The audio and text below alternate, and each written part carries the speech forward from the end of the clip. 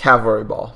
It's an offensive system that is paradoxically both incredibly easy to implement and yet incredibly difficult to be disciplined enough to utilize. It's a driving force behind the past 2 USQ championships as well as 2 MLQ championships. It has forced the sport into defensive innovations and wholesale defensive conceptual changes.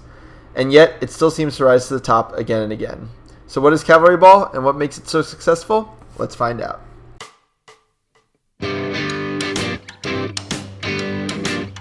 To really define how Cavalry Ball came about, we need to go to the metagame before Cavalry Ball.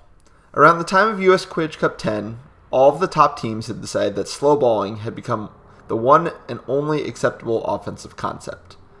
With infinite resets at your disposal and lax regulations of delay of game and stalling, a team could theoretically hold on to the ball for minutes at a time before crafting the perfect scenario to run an offense.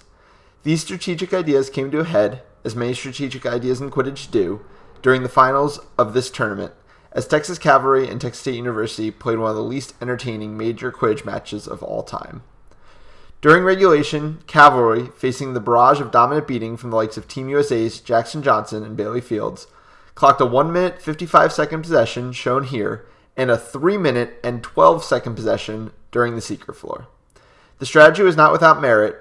In each scenario, they would eventually create a reasonable scoring opportunity.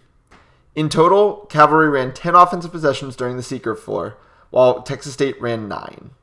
Not to be outdone by Cavalry's secret floor slowballing, Texas State's Stephen Freeman Vigil held on to the quaffle without so much as passing for the first 7 minutes of snitch on pitch play. It was clear that, within our sport, the idea of waiting for the perfect moment had reached its extremes. Over the course of the next few months, this match led to rule changes, first from MLQ, then from USQ, that legislated this extreme form of slowballing out of existence by limiting teams to 1 reset per possession and tightening up wording on what constitutes stalling. But for Texas Cavalry, these rule changes weren't viewed as a requirement to change, but only a requirement to adapt. If patiently waiting for the perfect opportunity had produced a title for them under the old rule set, they simply needed to find a way to do the same thing under the new one. And so, Cavalry Ball was born. Cavalry Ball is less a full offensive system and more a set of motions and positionings intended to maximize the chances for an ideal offensive opportunity. At the point that we reach that ideal offensive opportunity, a team could implement any number of offensive ideas, from a pick and roll to a drive and dish, to create a goal. The basic set of Cavalry Ball, seen here, is 3 chasers flat at the top of the offensive zone and 1 chaser behind the hoops. Against 2 bludgers, the chaser behind the hoops will generally stay far from the hoops to act as another open outlet in the case of a lost bludger exchange and press.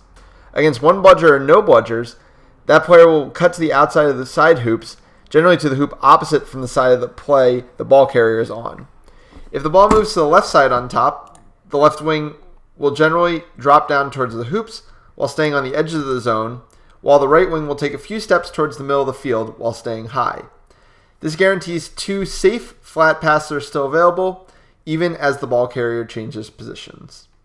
There are some very basic rules that guide running Cavalry Ball.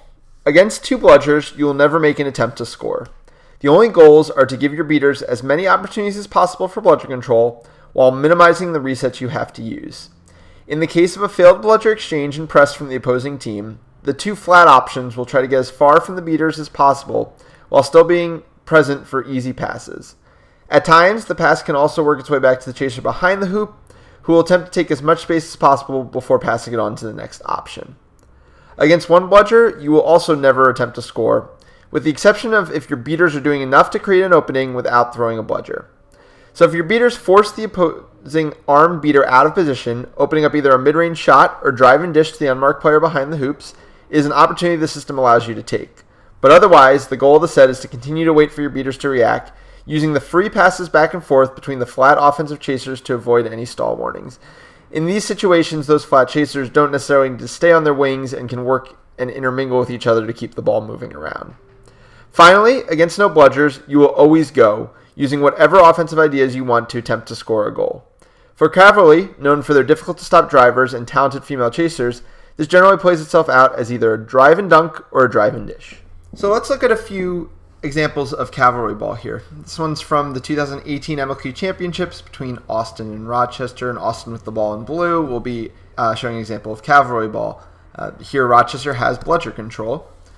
And you're going to see that first off, with the ball on the left, the Austin set still wants to give two nice flat options. So they have one on the far side of the screen here, and one coming slowly closer as we were showing in that one diagram. No interest in pushing until we see what happens in the bludger game.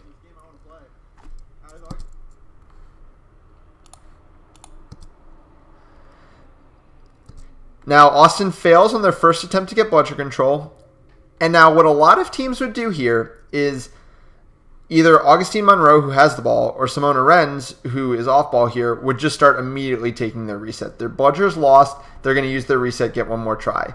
This is a fine strategy a lot of times, right? But if you use that reset, then your beaters only get one more try. If they fail the second time, then you're out of options. So let's see how Austin can manage to keep spread enough to not use a reset here. So Monroe feels the pressure, brings it all the way back. Now, this looks like they might be trying to score, but really he's just trying to look time. He's trying to use as much of the field as possible. Gaddazi is also using as much field as possible. He's maybe 1 foot inside of the edge of the offensive half of the field here. So Monroe draws all the way in and throws a pass to Gaddazi. Gaddazi has an option of a Renz here because the Renz is spread on the other side of the midcourt line. One beater's here, Blitzky, but he can't pressure both of them, so he has to lay off. Gaddazi walks it basically all the way back to half court, and now they're going to reset, and they haven't actually used their reset yet. So now their beaters are going to get a second attempt to make a play here. And again, it's going to be a lost attempt from Austin. Arenz never just gets the pass and then never considers going forward. And again now, how can they manage to not use a reset? He has this flat option if he wants it, and he has Monroe all the way out here if he needs it. So he's just going to fire one out there. Monroe's going to go all the way to the edge of the field. He's going to throw it to Gaddazi, who's literally on the midfield line, still hasn't used his reset. The ball gets pushed out of his hand. That's not even going to be a reset because of the rules at the time. And Arenz catches it on the offensive side. Austin still hasn't used a reset. They still haven't gotten called for a warning, and their beaters have gotten 2 attempts at bludger control. So here comes the third one. Again, no interest in pushing it forward. They just want to set up this 2 easy flat passes for Monroe and a chance to make bludger control play.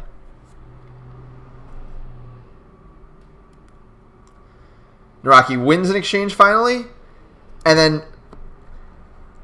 the ball goes to Arenz, and he's waiting for this attack, and as soon as it goes, he's going, and he ends up taking the shot off of this possession. Now we see another situation where Austin again does not have bludger control, so they're in no rush to push the pace forward. That standard set we've seen, 3 on top, just winging it back and forth between them, letting their beaters make a play for bludger control. Now stop right here.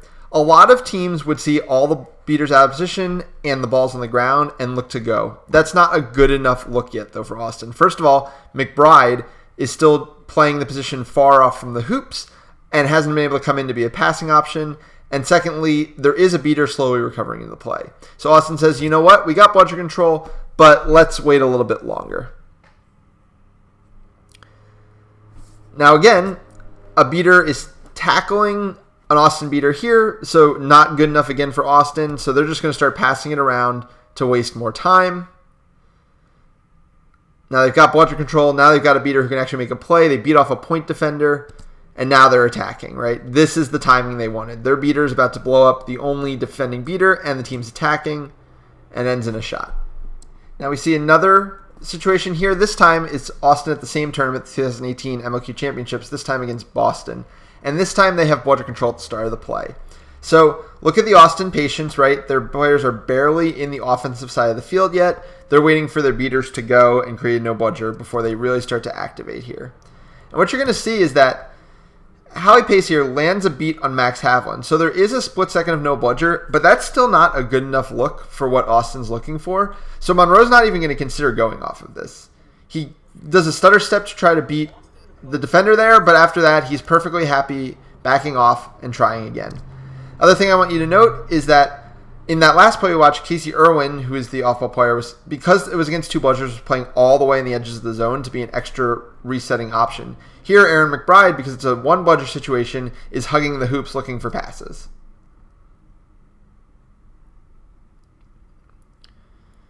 Still patience here from Austin, that same set. Now we're going to see something a little bit different because now they're looking to score. They actually send a chaser behind. They're going to run a little off-ball pick action here, and then they're going to try to get the goal off of this.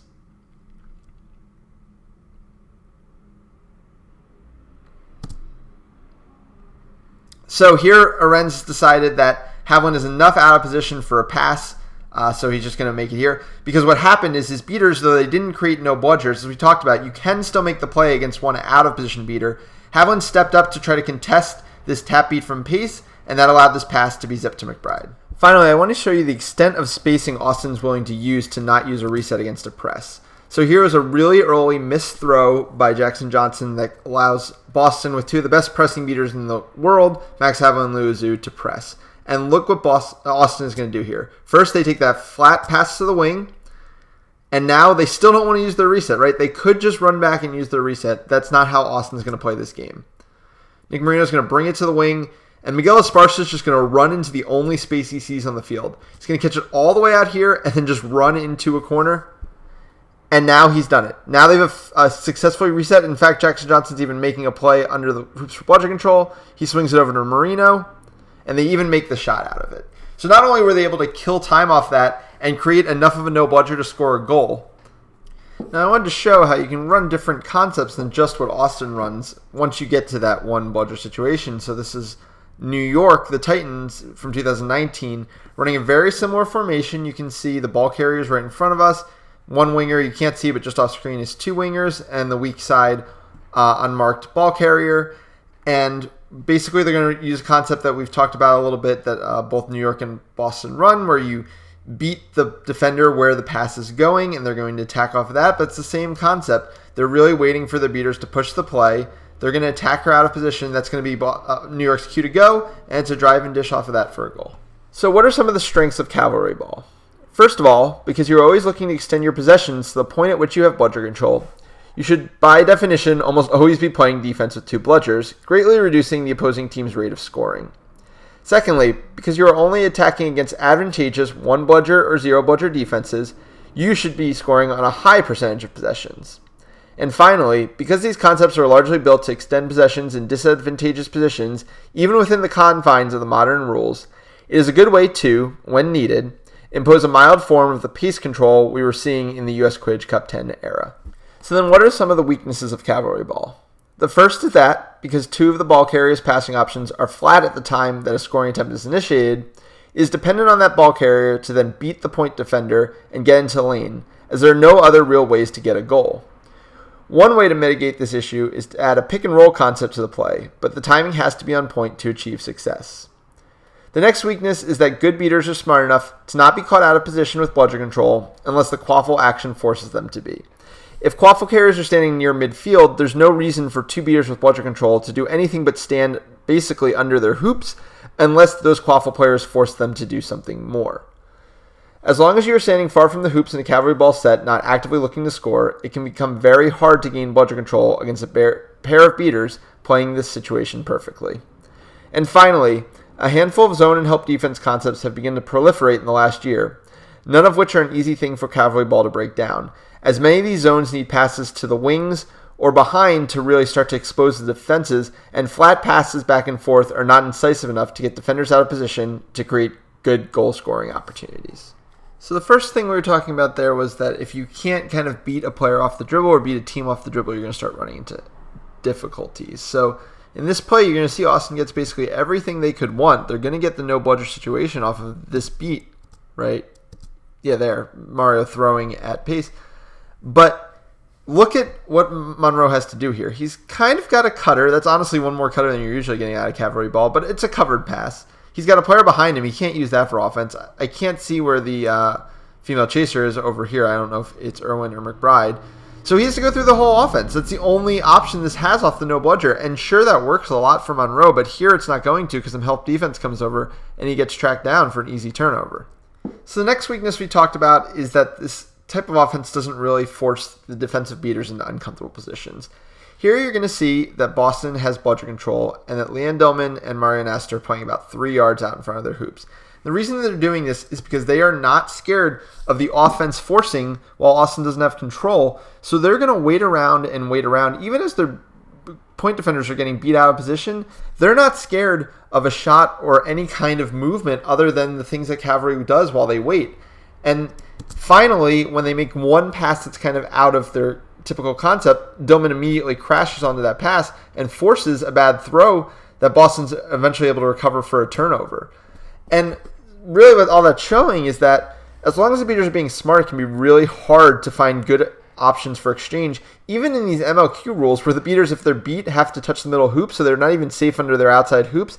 They can still be smart because they're not scared of the offense going against two bludgers. And the last weakness I want to show is the struggles this offense can have with help defenses and with zones. And perhaps most prominently is the Boom Train defensive set that I call the Caboose, with its help defense that makes these drives that Cavalry wants to do so badly so difficult to do.